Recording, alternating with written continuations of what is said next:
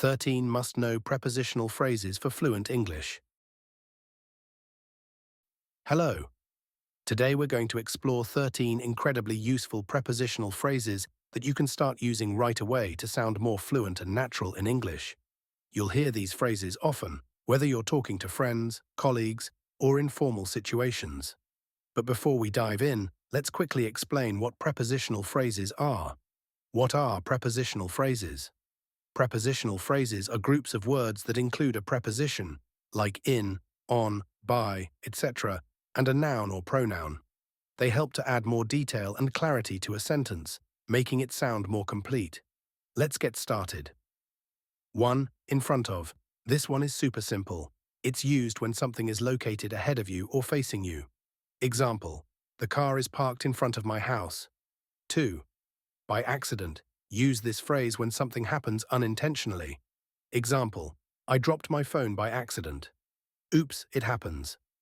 3. In regard to. This one is more formal and is great for business or professional conversations.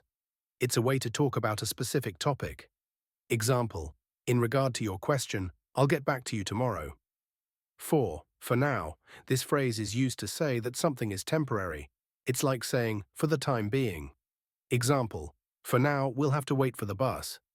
5. In the meantime. Similar to for now, this phrase refers to the time between two events. Example: the meeting starts at 3, but in the meantime, let's grab a coffee. 6. On purpose. This one's really helpful. It means that you did something intentionally. Example: I didn't forget your birthday on purpose. 7. In addition to. This phrase is great when you want to add something extra. Example: in addition to my job, I'm also taking a course. 8. On time. We all love being on time. It just means arriving or doing something exactly when it's supposed to happen. Example: I always try to arrive on time for meetings. 9. On behalf of. This is a formal phrase used when you represent someone else. Example: I'm speaking on behalf of the team today. 10. In charge of. When you're in charge of something, it means you're the one responsible for it. Example: she's in charge of the new project at work. 11. By the way.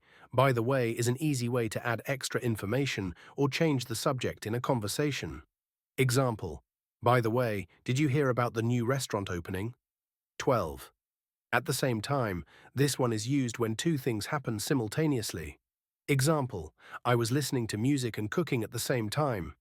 13. For good. And finally, for good means something is permanent or forever. Example: after years of struggling with the cold weather, they decided to leave Canada for good and settle in a warmer place. Try using them in your daily conversations or writing, and you'll see how they can spice up your English and make you sound more natural. The more you practice, the easier they'll become. Thank you.